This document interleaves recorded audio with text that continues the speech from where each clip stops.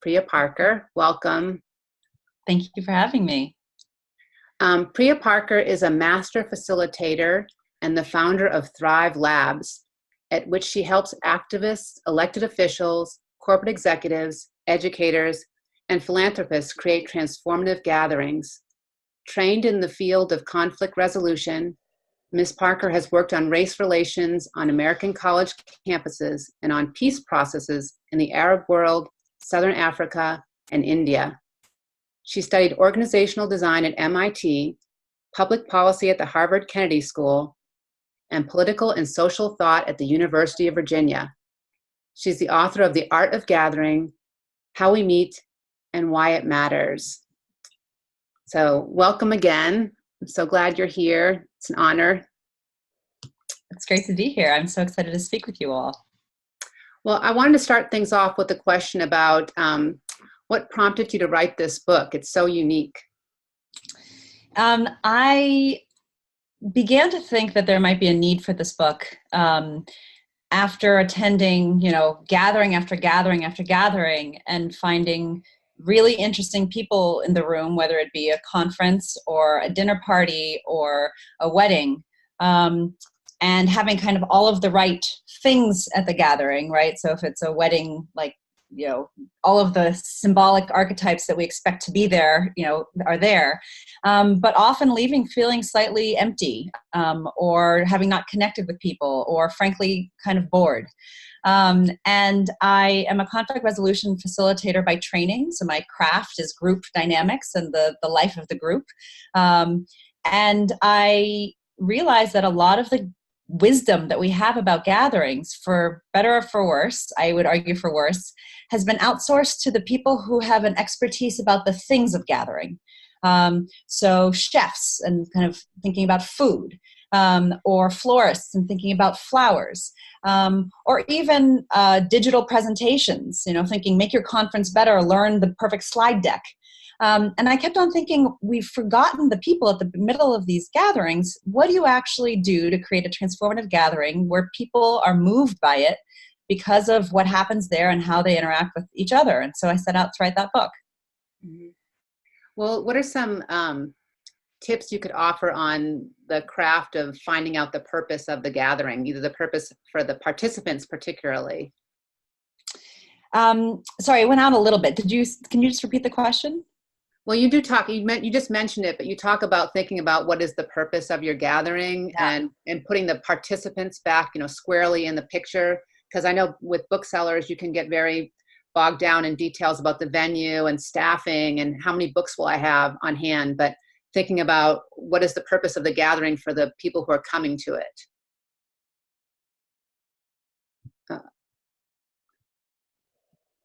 Yeah, absolutely. One of the things that I found, so in this journey of this book, I went and interviewed over 100 gatherers from around the world in kind of extreme situations. So a rabbi, a dominatrix, a photographer who has 7 minutes with the head of state and has to figure out kind of how to get the right shot, and does something to unmask the head of state when the head of state does not want to be unmasked, right? So and kind of thinking like, what can we learn from these people? And in each situation, over and over again, they all knew what they were gathering for. They had a sense, and they weren't attached to what the gathering had to look like. So one of the things that I found is, and I say this in the first chapter, which is we tend to conflate category with purpose. Mm-hmm. So for example, we think birthday party, and there needs to be a cake and a cake and candles, or or a board meeting, and we all have kind of a mahogany table and people sitting around the table.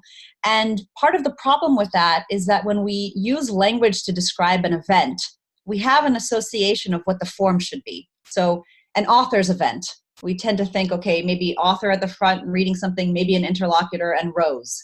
And one of the dangers of starting with form is we forget to ask, what is the purpose of this gathering? And even for something like a wedding, people often think like, what do you mean, what's the purpose of the wedding? It's to get married. Well, no, if you want to get married, you can go to City Hall. Why create a community event around this marriage? Is it to honor the parents, which would imply one guest list? Is it to unite tribes that would never otherwise meet each other, which might imply different guest lists? Is it to celebrate the couple and the parents are kind of receding into the background, which implies maybe another guest list? And we tend to figure out our purpose through proxy war, through fighting over the guest list, rather than first asking, what is the purpose of this gathering? I'm very excited to be speaking with you all, in part because I think bookstores are deeply going through a kind of a purpose crisis over the last, 10 or 15 years. I would imagine 20 years ago, if somebody asked, what's the purpose of a bookstore? Most people, maybe not bookstores themselves, most people say to sell books. In this day and age, that might be an outcome, but it's definitely not a purpose. If the purpose was to sell books or to get people to buy books, there are now a lot of other competitors out there. If you say the purpose of a bookstore is to inspire reading and to connect people who might otherwise, not connect through text, that's a really interesting animating purpose that Amazon may not be able to do. And so part of what this book is about is to ask and ask and ask again, not just what is the purpose of each gathering, each author's event, or each reading, or each even book fair, but to also step back and think, if we are a convener for something at a meta level, what is it that we're trying to bring about in the world? And then how do you design gatherings that reflect that ethos? Well, that makes me think about, you mentioned that this book festival that happens every year, they came to you to shake up things with their festival, and you suggested that they begin by having the participants speak to each other about city questions or book related questions, but the organizers resisted you because they didn't want to take time away from the authors. Exactly. So it must be hard to kind of we are so resistant to change, but you might have some ideas about other ways you could have changed that. Yeah, and at some level, so I was speaking with the organizers of a book festival and asked them the same question: what is the purpose of your book festival? And they were a successful book festival. So their original purpose, which was just to get people in a room and see if anyone will show up, they had fulfilled. So they were kind of at the next life of their book festival and saying, okay, well, now what's your purpose? And they started to dream a bit, and they said, maybe books are an excuse. Maybe books aren't the end.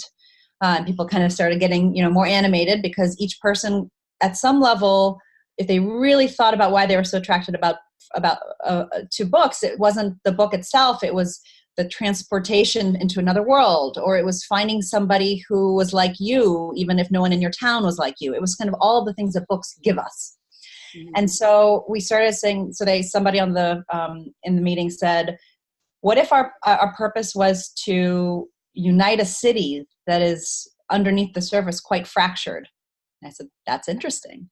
So if that was your purpose, hypothetically, how would your gathering need to reflect or design that? So they said, well, we might want to actually host the book event, the festival, in a different neighborhood than we traditionally would. We might want to choose a specific sub-theme. We might want to have readers pair up with each other, in the room. We might want to talk about having dinners the night before, right? They all started dreaming and planning. But then when push came to shove, they were, and we all are, they were attached to the ritual of their format. And something as simple as in a 60-minute session, taking 3 minutes with the author on stage, to say, okay, welcome to the such and such book festival. Turn to the person next. Our purpose is to unite the community through, using books as an excuse. Turn to the person next to you and say, when did you move to the city? Did you move in the last 6 months? Is your great grandmother live here? What do you love about the city? What do you hate about the city? And what's the last book you read? And immediately, from a gathering perspective, that it gives people permission to look at each other and to talk to each other, and it connects the room to your larger purpose. I think similarly with bookstores around the country, sometimes it could be taking a format that you have and thinking about how to redesign it. So for example, for an author's event, and I'm making this up, rather than having the author read his or her pages, what would it look like to have 10 guests each read a page, right? All of a sudden, what does it mean to have a communal reading?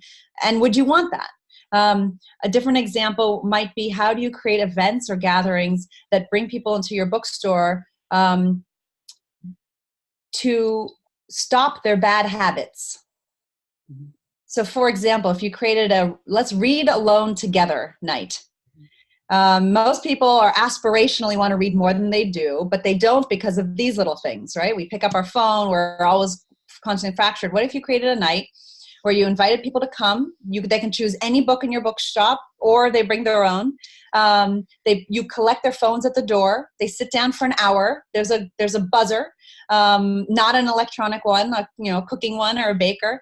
And the only rule is you have to read for all 60 minutes. And then afterwards is a social.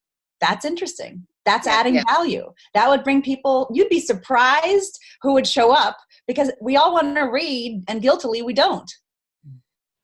What's the coolest bookstore event you've ever been to?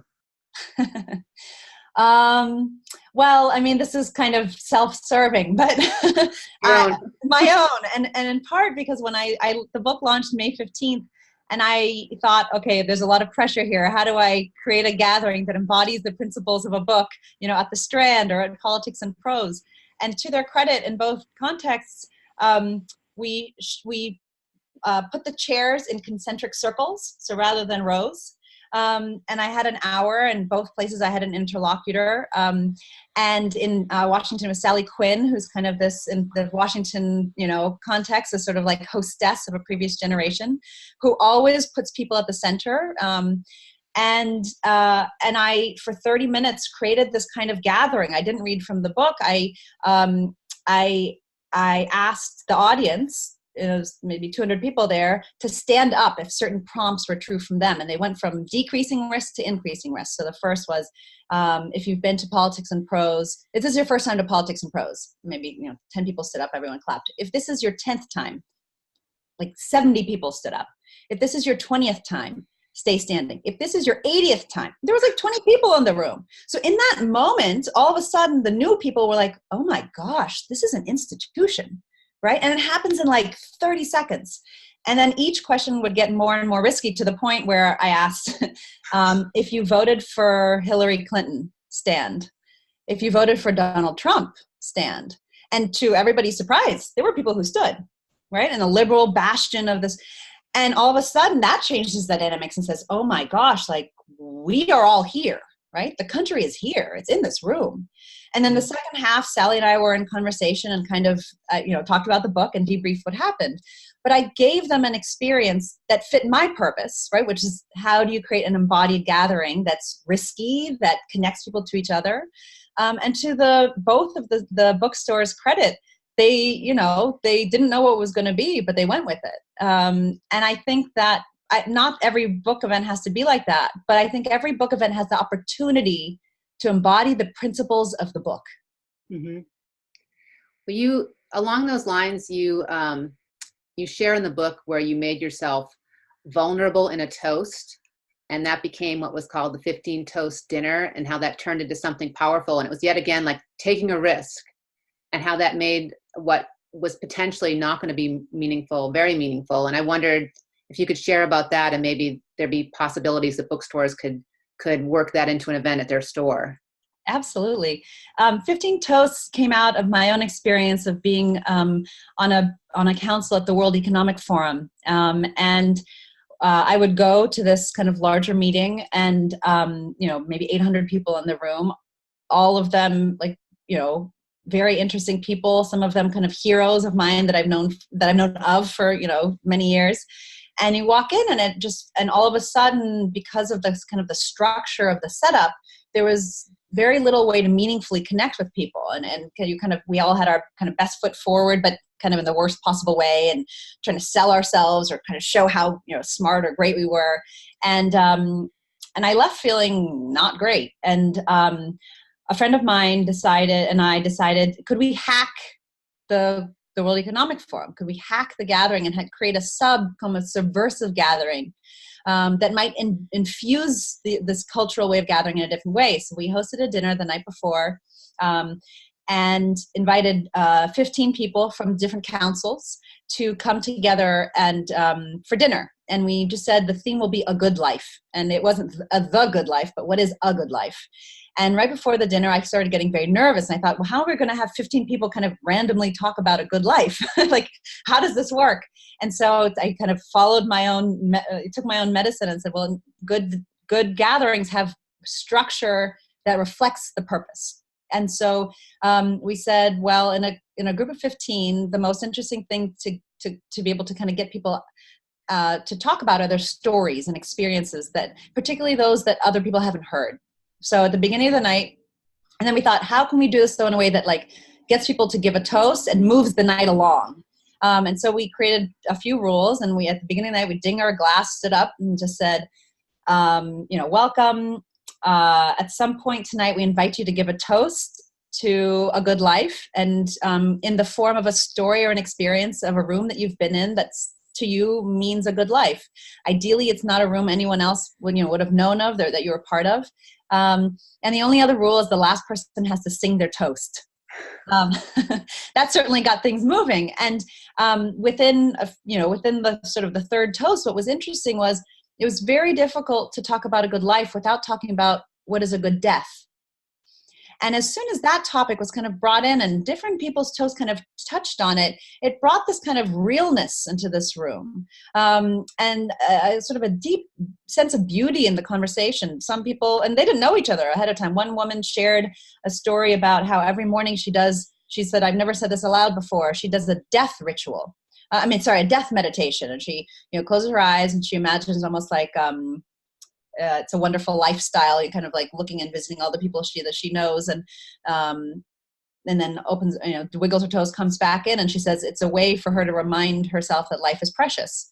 And to me, thinking, these people, to share this with people who are thinking deeply about what should our values be, what should our new models of leadership be, people who actually have power, to remind them about what is this all about, I think deeply connected to our purpose. And we've now done 15 toasts, dozens and dozens of time in lots of different contexts. Last week, a friend of mine was hosting a workshop for her PhD research. It wasn't her presentation, but it was getting together the various stakeholders in her kind of dissertation ahead of time to check that her assumptions of her PhD were correct before she went out and did the research. So it was her PhD is on water. There was like a baroness in the room. There was a secretary of water from India. There was a couple of advisors. There was her boyfriend. There was kind of all of these different people. And she thought, how can I host a dinner after this thing that is meaningful with so many different walks of life? And she decided to host a 15 toast dinner to water. And she called me afterwards and she said it was this, kind of amazing way to get all of these people from different walks of life in the room. She chose a theme that was related to the purpose of the gathering. And by the end of the night, people were sharing stories of things that happened to them 20, 30, 40 years ago as to why they've devoted their life to water. That, even if you sit around the table, it's hard to get to. And so again, as a bookstore, and book events, what would it look like the night before a sales conference to have 15 toasts to the written word, or 15 toasts to disruption, or 15 toasts to my favorite character, or 15 toasts to an author I love to hate, and just find like a very simple structure that unites people through meaningful conversation without reinventing the wheel. Mm-hmm. That sounds great. You have a chapter that I love called Never Start a Funeral with Logistics. And I committed this sin at this event right here, is that how we, there's a powerful moment when we begin an event. And nowadays, you can't go to any event where it doesn't start with, now it's time to silence your cell phones. The exits are located. And I guess that happened at a funeral where there was someone mentioned where the parking was. So how do you suggest getting around that? Because it's really important information you want to convey, but I understand how that's not maybe the best, most powerful use of introducing an event. Mm-hmm. The reason why I harp on this is because studies show that the first 5% and the last 5% of a talk, and I believe you can then deduce that to an experience, people disproportionately remember. Your attention's the highest. There's a sort of anticipation. You're paying attention before you decide, I'm bored, I'm checking out on my phone. And so the reason to not start on logistics is a very strategic one. It's because that's when the attention is highest. And to start with purpose, to start with in what TV is called the cold open. I learned this through my research, that the cold open and kind of Saturday Night Live's kind of opening skit, they do some opening skit and then they say, welcome, it's Saturday night. And then the credits start. It's because in the 50s, they started to realize that after one show ended and there was time for another one, it was the moment where you could switch stations, you could switch channels, during an advertisement. And so they wanted to capture the viewer's attention, suck them in, and then go into, produced, directed, acted by. And I think similarly in events, to either find a creative way to do logistics. So when people walk through the door, to give them, a card or a symbol of some way that gives them the information, but also has something fun on it. So for example, name tags, maybe there's the Wi-Fi code and the direction to the bathrooms, but then also, as Creative Mornings does, another wonderful gathering, asks a prompt that connects people to each other. Author, inspiring author, aspiring author, have a manuscript, whatever, again, the purpose of the gathering is, and you put all 4 of those on a name tag. There's a lot of creative ways. Basically, logistics are important, but they're not the most important thing. Mm-hmm. And so the other possibility is to do them second. So start by saying, we are Elliott Bay Books. We believe that our bookstore's purpose is to blah, blah, blah, blah, blah. You are standing in a room in which Anne Lamott and Martin Luther King, I'm making this up, I don't actually know if all those people, and so-and-so came here, and so-and-so came here, and so-and-so came here, and now you are here. Welcome. Now, before you the bathrooms are here, the bathrooms are here, right? So it's not don't say it, but it's like, how do you begin to create an opening to invite people into a world and make them realize that not only is this gathering special, but it's actually connected, and not every gathering is like this, I believe bookstores are, to sacred other events, right? How do you psychologically connect them to all that has happened before, in a way that they start realizing, I am part of a tradition here? Mm-hmm. I have some questions coming in from booksellers. One of them is, I'm really interested in bringing authors into this fold of elevating the experience. Authors are not always particularly prepared when they arrive for an event. Publicists often act as a proxy between event coordinator and author, which is obviously helpful for the author, but is sometimes a communication barrier. Any thoughts or ideas for asking authors and their publicists to prepare something specific for their visit with us, especially if we're asking the author to be more vulnerable? I love this question. I think in many cases, even outside of the book industry, we are separated from each other by a lot of things, by industries, by assistants, by social media, whatever it is, that when we come together for a specific moment in time for a gathering, we both assume the other has more knowledge than they do.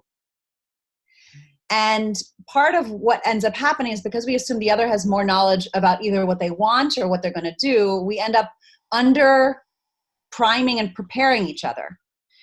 And I believe that as booksellers, and whatever format that is, that you are in one of the most important industries in the world, and one of the most important industries in the world to survive. Like, for the sake of our, collective, humanity, to not make it too big, but I truly believe that. I think the first thing, very practically, is to internally develop a set of ethos and values of, first, what your bookstore or what your entity, if you're not a bookstore, stands for. And the second, to come up with 5 things you think create successful events for you, right? So we've noticed that. So the first thing is, we are a 70-year-old bookstore, or we opened 6 months ago because we're the first independently owned bookstore in Toledo. Whatever it is that is true to you, we are this. The reason we open is this. Without making it jargony, so that it's interesting, fresh language. And then the third thing is, in the last year, we've had 87 events. 3 of my favorite have been with authors X, Y, and Z. We've learned that events work really well when 4 things happen. And then tell them what happens, right? So all of this can be in an email. And it's almost like when you invite an author to come, or a publicist pitches an author to you, and then they know, okay, booked in March, the event is, April 27th. There's 6 weeks in there where the event exists in both of your heads.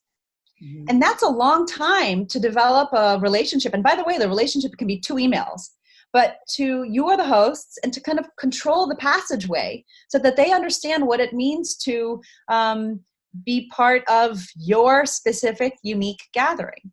So that's the first. And I think the second is when authors come in, and I've now had this experience in a number of different places, to make sure that whoever is greeting them isn't just think of their role as logistics. To then repeat whatever is in that email, to say, so one, very specifically, let them know what else has transpired in your bookstore that you care about. It might be another author event. It might be the day after, the election when X and Y happened. It might be somebody coming in and sharing a story about how the bookstore saved their life because of Z, right? You all have these moving stories. Tell them very quickly to the author so that you transfer a sense of the ethos of why you care about this place to them. And then finally, give them some courage about, what it is that works. Some authors love doing this. Most do not. And then finally, I would say, experiment with structure, and don't be afraid of suggesting a structure to authors, particularly ones that, don't follow the same kind of staid format of having an author read. I think most authors would feel very relieved by realizing that there's a lot more interaction, or there's going to be other people speaking, or other people will be reading their books. To not put so much weight on the author and to create this sort of meaningful community moment is a huge opportunity. So when someone's here talking about how many authors are hesitant to change, you're saying that you start right as soon as the event is scheduled, you start kind of seeding the ground for how you'd like it to be unique so that the author has a good sense. Is that what you're? Yeah. I mean, so I think very practically, one is like, think about the moments of influence. One is through the publicist, but one is like an email, and you ask the publicist to send it through, and the email should be very specific. These are 5 events we've been really excited about. These are 4 principles we've realized really work. And again, think about them with your team, but they could be, more time for Q&A rather than less, or, a fishbowl conversation, or a moment where, borrowing from the German reading group traditions, 7 people, rather than you reading your text, 7 people sign up ahead of time to read their favorite page, right? That's actually really honoring of the author.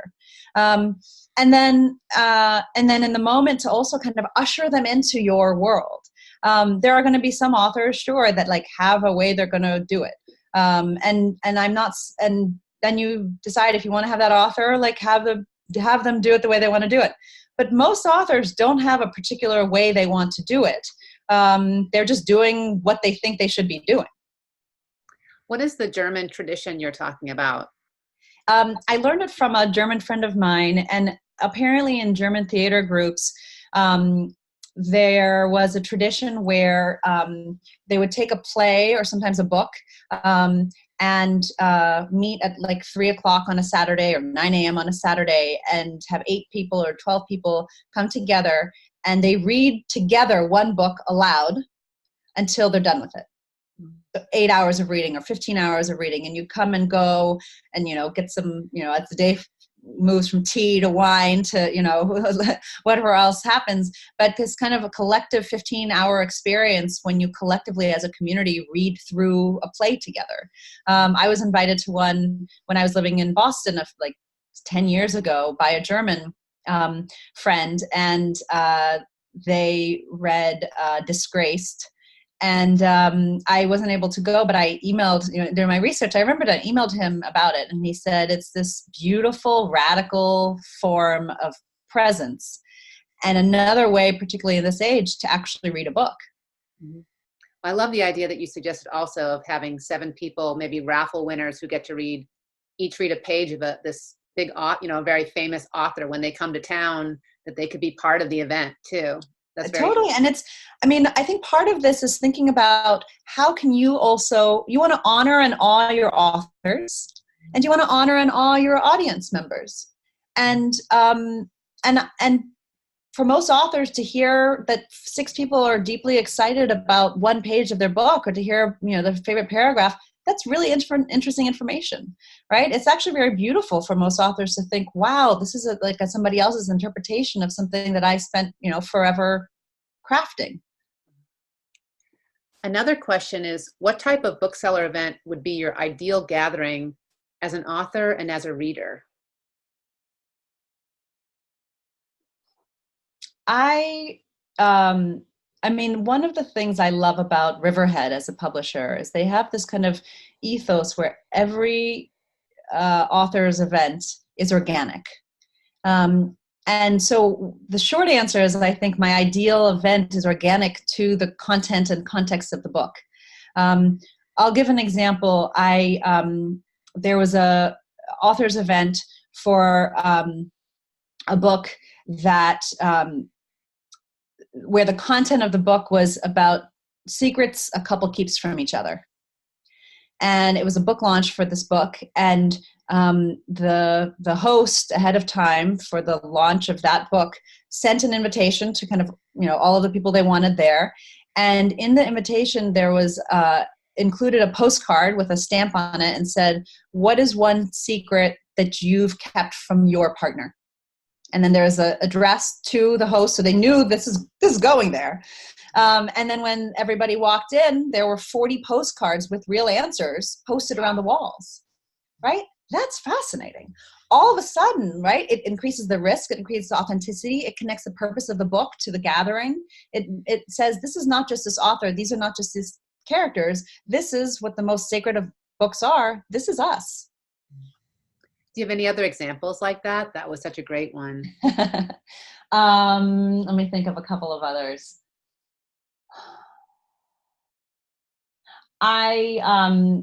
Another one was for a book that came out a couple of years ago. I mean, of course, these are examples I know, more closely, where the way the book was it was a book about disrupting business and making business itself kind of more human and beautiful and romantic, and romantic in the kind of, romantic movement form of romance, not the, romantic love form of romance. And the author, for the launch of his book, invited kind of all of the stakeholders who didn't know him, rather than to an event, to a lunch in this tower in a hotel, but it's sort of beautiful round tower. And rather than kind of selling the book, he actually did a 15 toasts. And he had the people in, publishers and agents and, magazine editors and booksellers who didn't necessarily know what they're signing up for, basically embody the ideas of the book, tell stories of themselves, and they could each decide, what level am I going to expose myself in front of my colleagues, but it put it back on them, which again, at an ethos perspective, asked can we do this? While we wait for more questions that I know will come in, there's a moment you shared in the book that I loved, also the gathering of children at the Montessori school, where the children passed a ball of string. They would hold on to this, they would keep holding on to the string, and it went from child to child until they formed a web of connection. And if you tugged on the string, someone else would feel it, and it emphasized community and how we all are dependent on each other, rely on each other. And in that instance, I thought that might be a great tool for, or a great exercise for maybe a staff meeting or a brainstorming meeting. And I wonder if you had ideas like that about ways to make a small gathering intimate and connect people, and also create a relaxing environment. It's a lot to ask, but just different aspects of that. Some of them can be quite simple. So one of the examples I love is from the Latitude Society, which is this sort of secret society in San Francisco that was very controversial because it was a for-profit secret society, which many people thought that was a, contradictory in and of itself. It ended up kind of imploding. But I was intrigued by them because they hired at the time some of the most interesting experienced designers that I, had ever heard of. And they would always think about how in the beginning, when you're trying to connect to people in meaningful ways, but maybe light touch way, how do you do it? And one of the things they do is, or they did, was they only had one rule when people walked in, which is you can't pour yourself a drink. You can pour anyone else a drink, right? But you can't pour yourself a drink. And it was a sort of like light touch way that didn't feel too, corporate icebreaker. It didn't feel too heavy-handed, but there was clearly an intentional design there that it got people to find an excuse to break some social norms and say like, hey, can I pour you a drink? Do you mind pouring me a drink? And it doesn't have to be an alcoholic drink, but it's sort of this like simply designed way of going about doing it. Another example is Wendy Woon from the Museum of Modern Art. She runs experience design, and she's the head of education there. And she runs a classroom. She runs a class for educators to kind of think about how do you create embodied experiences for your guests, for museum goers. And on the first day of school, this is also in the book, she rather than putting the chairs kind of like in a row or in a circle, she piles all of the chairs in the middle of the classroom, and students walk in, and she closes the classroom. So no one's allowed to go in before it's time. 3:00, doors open, students walk in and they see a pile of chairs on the ground. And she doesn't give any instruction. She just sits there and smiles.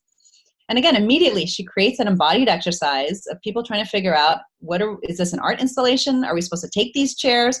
Okay, so then they realize, okay, we need to take these chairs. How should we set them up? Do we want to be in a circle? Do we want to be in a line? If someone's not going along, what do we do with them? And it embodies the entire challenge of like an experience designer at a museum who's trying to figure out how to get people to behave in the way you want to without having them stage a coup. Mm-hmm.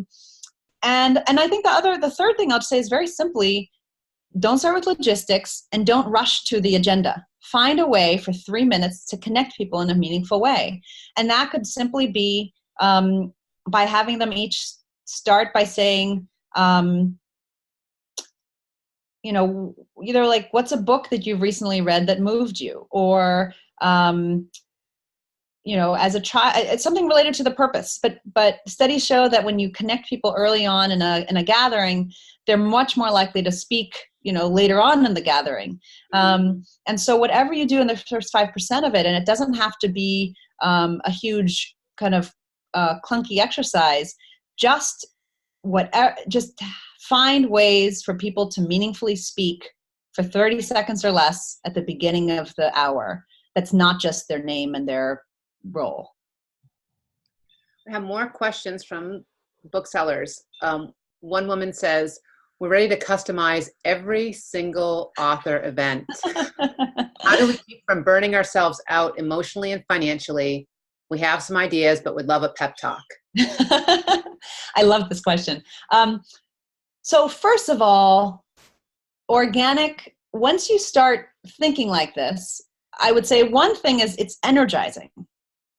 I actually think it's exhausting to be on autopilot and leaving gatherings kind of not having this flood of energy coming back at you. So the first thing I'll just say is when you create organic, meaningful gatherings, they are energizing for everybody and you get the feedback. So at least, for most people that I know who kind of step into this way of doing things, it's exhausting regardless putting on events. This is a way to keep getting fuel back because you start listening, you kind of like take down remove the curtains and allow the feedback in, and people are very moved by it. So I think it's actually creates its own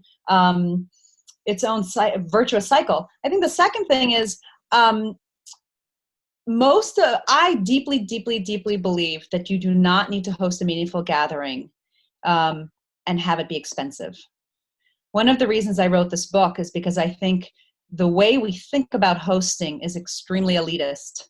You have to have the right fish knives. You have to know where the fish knives go. You have to know what a fish knife is. And I didn't grow up that way. And I think that part of the freedom of moving away the focus on all of the things is to really just sit, for 5 or 10 minutes and think. It takes thought, so that part's kind of tiring.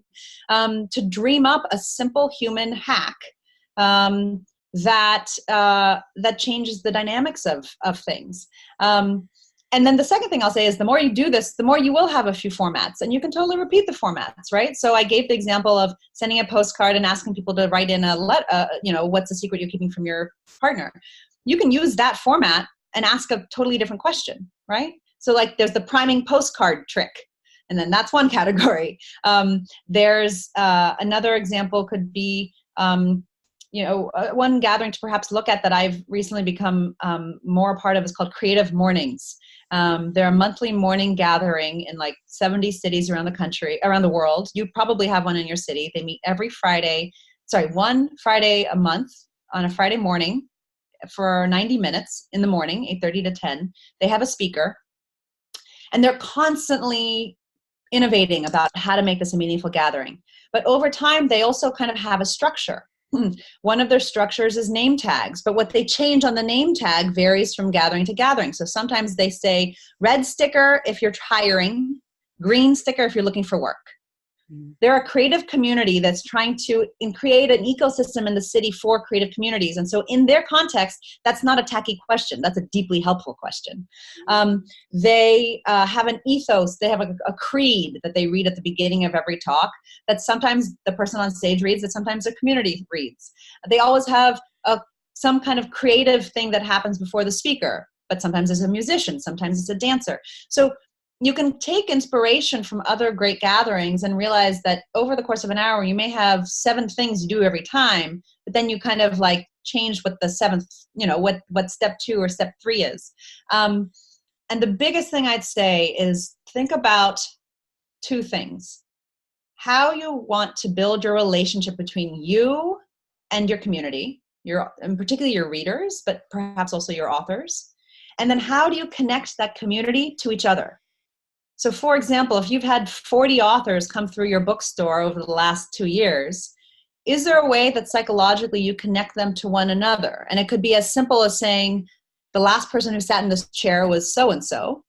Or it could be more radical at the end of the year to invite every author that came for an event at your bookstore to come for an off-the-record authors BITCHING session. I mean, like doing something kind of weird. I don't know where this is public or not, so I'm not going to swear. But like finding things that show people like we see you, we honor you, we know you want to meet with one another. Come, let us convene you. You'd be amazed by who shows up. I have another question, which is similar. Risky events are memorable and can be life-changing. They are the kind of thing that people will end up talking about for weeks after. But being vulnerable is not really comfortable. That makes me think of your 15 toasts. A bookstore also has a commitment to make every event valuable and enjoyable for all of its customers. How do you suggest they balance risk and customer comfort? Oh, gorgeous question. Risk for its own sake is not interesting, and it can be abusive. Risk tied to purpose is interesting. And your customer is not your purpose, right? So I just put a third pole into the assumption of the question. You have your customer, you have this element of risk that you realize creates transformative and meaningful gatherings, but then you have this inner rod, which is what is the purpose of your bookstore? Or I'm using bookstore. I don't know if there are people on the call who have another entity that's not a bookstore, but what is the purpose of your entity that is selling books? And then ask, is this risk in service of our purpose? And is it worth perhaps creating some discomfort with our customers? One of the people I interviewed in this journey is a woman named Ida Benedito, and she calls herself a transgression consultant, which is a very New York job title. And she does a lot of different things, but one of the things she does is she creates gatherings where she helps people become more comfortable with risk, explore their own relationship with risk. And one of the things that I saw in speaking with all sorts of gatherers is one thing that they all had in common was the gatherings that are transformative are some sort of risk or heat.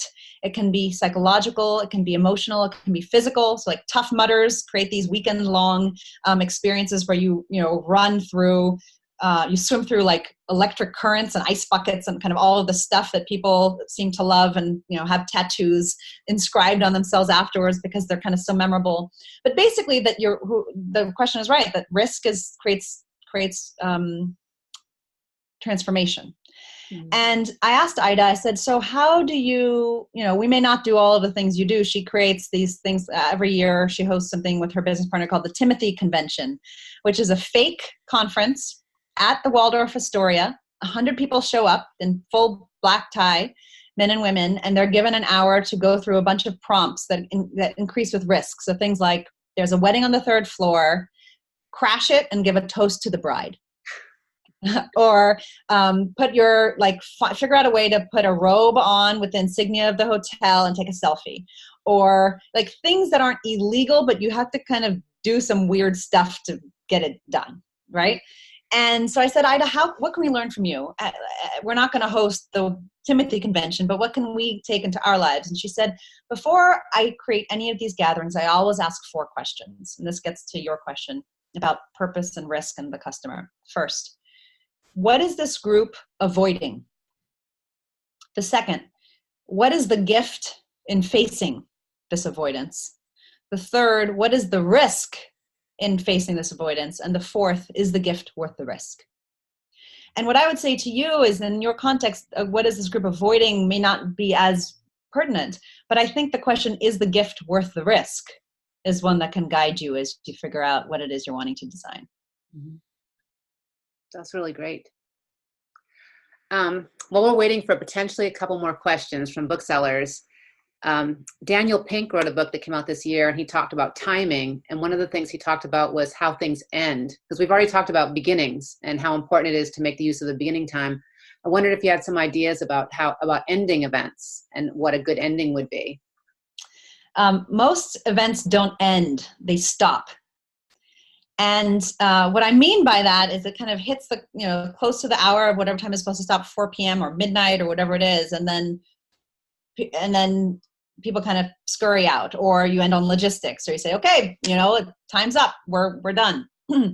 And one of my theses in this book is that every gathering is a temporary alternative world, or at least is the potential to create one. So when you're hosting people in your bookstore, on your premise, or at your fair, you have the opportunity to, as they walk in, to create a world. And that world in which you're helping them to put forward some part of their identity, right? If we all have multiple identities all at the same time, of which each identity is kind of evolving, what does it mean to have my reader first hat on? Or in this call, it's my author first hat on? Or are you asking me to put my daughter first hat on? Or my mother first hat on? Or my I'm not a grandmother yet. Or, my softball player hat on. So part of creating this temporary alternative world is you need to open it. So we talked about starting with purpose, not starting with logistics, connecting people in a way that's meaningful to the context and the purpose. But also to close it is to begin to, as you've opened this world together, to begin to help people also close it. And so the first thing is to create a last call. So in bars, across the country, at last call, whatever time in a city that, the ordinances say you have to end, usually 20 minutes before, 15 minutes before, the bartender either yells out last call or rings a bell. Part of what that does psychologically is get everyone kind of like realizing, okay, this time is coming to a close. And then to think about in the last 10% of the gathering, people are going to make meaning of your event no matter what. What did I think of that? Did I like that? Did I not like that? What was the most important thing the author said? What is really the purpose of this book? What was the best question? What was the worst question, right? We're meaning makers. You as a host have an opportunity to shape some of that collective meaning making. And so to keep the last 10% or so, to begin to wrap up, and again, not based on logistics, but to almost highlight or to double click to create, your sense of meaning of what it is you want people to remember. If an author shares something, they speak for 40 minutes, to pull out your judgment. And, you're the expert at some level. You're probably the people in the room who've read the most books. You've devoted your life to, the written word. And so trust your judgment to say, as I listened to you over the last 40 minutes, the 2 things that I'm really going to take away is, first, how you created that character and how you blah, blah, blah, blah, blah, blah, right? And the second is that you actually didn't write this for the specific moment in time. You've been working on this for 20 years. And so it makes me think blah, blah, blah, blah, blah, blah, right? Whatever it is, have confidence to help shape the meaning and be the bridge between the author and the readers. And what your point of view is as an individual and as an organization. Thank you. Another question, most of our events are open to the public and we don't know who is coming. How can we take advantage of the time ahead of the event to prime guests if we don't know who they are? Great question. You can't. Well, that's not true. I would say two things. One is think very deeply about the language of the language, the image, and the content of the invitation. So we tend to fall. One of the biggest problems with gatherings is on every part of it, we tend to fall into a default, right? We use the same font. We use the same language. We call every event an event rather than, a subcategory, a workshop, a brainstorming session, a salon, a saloon, right? So first is think very deeply about, for every event, what do we want to call this? And if we didn't call it an event, if we called it a subcategory, what do we want to, is it a hootenanny, right? Is it a funeral? What does it mean? What would it mean to host a funeral of the novel? Again, I'm making this up, but all of a sudden it becomes interesting. So the first thing is in your invitations, think about your language. Try not to call it an event. Try to call it something more specific that is interesting and perhaps throws people off of their scripts. And the third is if you're going to ask them to do something kind of really out of the ordinary, there's ways you can build intrigue, like asterisks. Someone will end up in a bathtub. And there's a kind of underground, not that underground, I don't even know what they call themselves, performance space in Williamsburg and Brooklyn called House of Yes. I've literally gotten an invitation that said that. And I thought, what does that mean? Right? It's interesting. So there's ways you can prime people to, even if they don't know what you're talking about, be like, oh, this is a playful host, or, oh, this is a serious event, or, right? So, and we used to, so much of etiquette tells us to talk about preparing people for what they should wear. I think that's the least interesting thing you can prepare them for. And then the second thing is when there's a moment in every gathering between the moment they walk through the door, the kind of the milling around time, and the kind of the formal beginning, right? If it's 7 p.m. or 7:05, usually between 6:30 and 7 p.m., people are milling around. That is the time to shape the experience of an audience. And that means having one or two people who know the author or who know the book or who know the content or who are your community people who are beacons in the community or who want to become beacons in the community, stand by the door and welcome each person. The amount of nebulous space between the time people walk in to the time they sit down, to me, is so wasted because we think of it as time that doesn't count. And it doesn't have to be overly engineered, but it should be hosted. Mm-hmm. Do you have any more kind of pep talk ideas for booksellers? Because it seems that events are one of the things that booksellers, how they can distinguish themselves from other places that sell books. So, yeah. Any more pep talk? I mean, I'll give you some different examples that have captured my imagination. I think one, and again, I know the ones that are close to me, so by definition. One event from a couple of years ago, I know because it was Riverhead, and I can't remember the exact details, but it was something like every person who was invited to an event was given coordinates on a map of where to show up at what time and a fork. And they showed up. It was a rainy day, and a bus pulled up, and they got onto the bus, and then they were taken somewhere. It turned out they were taken to a graveyard. And the book event was in a graveyard with an author where the content was related to that place and that space. And it was surprising. It was unexpected. So I think the first thing is one of the most powerful things that many booksellers have is brick and mortar, but also don't be bound by your brick and mortar. And think about, if you are part of an embedded community, what other places and spaces do you want to highlight and partner with to get to have an unexpected gathering in an unexpected place? So think very deeply about your location. I think the second thing is when you invite people to come, well, the first is to ask the question, what is preventing people, what is preventing our community from doing what they say they want to do? And by the way, to perhaps launch a series of events right at the new year to help readers keep their reading resolutions, right? Like hook into the culture of what your people's real life is. So for example, or maybe like starting in December or November, say, we as booksellers are taking on 3 New Year's resolutions this year. One of them is for each of us to read 1 more book a year than we currently do. For some of us, that might mean 1 book. For some of us, that might mean 15 books. Do you want to join us, right? Then you create this like +1 community. Then to say, okay, every Thursday at 6 p.m., we are providing 2 things: silence and childcare. Sorry, maybe a bar or a tea shop, silence and childcare. Come read with us together, right? Studies show that just getting people into the store, by the way, they're more likely to buy a book. So it's not that the purpose is not to sell books, but to actually have people physically in your store meeting the needs of the community, and begin it with a ritual. Like, there is no talking. By the way, people love pop-up rules, and like the stricter, the more passionate your community comes. Phones off, phones in a locker. If you step out to take a phone call, you're not allowed to step back in, right? Like these things start becoming really, oh no, they're really serious. No. You are the enforcer of these norms.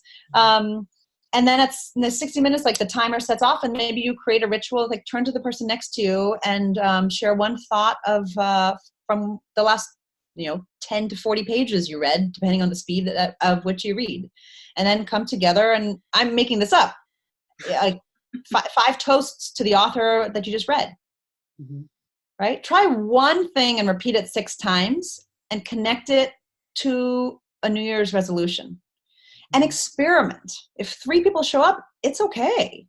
Right? And make a conscious decision about whether you want to live stream it or not. Maybe you have a rule that we are accepting 20 people in the live stream, not 21, not 40, 20. The rules are you have to show that you're reading your book the whole time, and if we see your eyeballs go this way, you get clicked off, right? Part of this is like, I read about generous authority. People are craving like generous authority in gatherings where there's a purpose that they want to be a part of. So don't be afraid to play around with rules and be playful about it, because right now our gatherings are vague and diluted. And passionate communities are built when people create purposeful, specific, disputable gatherings and then enforce the norms around them. I have one last question. This is the last call. Have you observed an ideal number in terms of frequency of gatherings, particularly in this age of overbooked personal and professional schedules? To me, roughly once a month, at least in cities, I've found is enough of a rhythm that if people really want to do this, they'll show up, but is not so overwhelming that it's every week. Yeah. I think once a month tends to be and it's short enough that you feel a sense of community over time, but it doesn't kind of break the bank. If breaking the bank means for some people needing to get a babysitter or, not doing other things. But I've found monthly rituals are a good cadence. And if people aren't coming, assume it's you, not them. Right? You're not interesting enough, or you're not meaningful enough. Like really, like what people show up. If there's a reason to gather that is meaningful to somebody, they show up. Yeah. Well, thank you so much for your time and all the ideas you shared today. This has really been invaluable to all of us to hear you speak about the topic. Thank you for having me. And for me, I think, what you all are doing is more important than ever before. Reading is, going down, and sustained attention span is going down. And I think as you think and rethink about your purpose today at the most deepest and boldest version of it, I think the way, or one of the core ways to bring about that purpose, is to be deeply innovative about how you gather your people. Well, thank you. Thank you for coming. And for those of you who haven't read the book, it is amazing. It has even more ideas. And it will, for me, it's changing the way I'm going to be hosting events personally too. I just loved it. So it Thank was really you. great. And it's a great holiday buy. Everyone's gathering all the time, so it's a great gift, and it's a great hostess gift, I keep being told. It is. Honestly, it's a great gift to yourself too. So thank you. Thank you so much. Great questions. And everyone else, before you, just remember to send me your email so that I can send it to the publisher because they want to know who attended. So please send Linda Marie at sebaweb.com.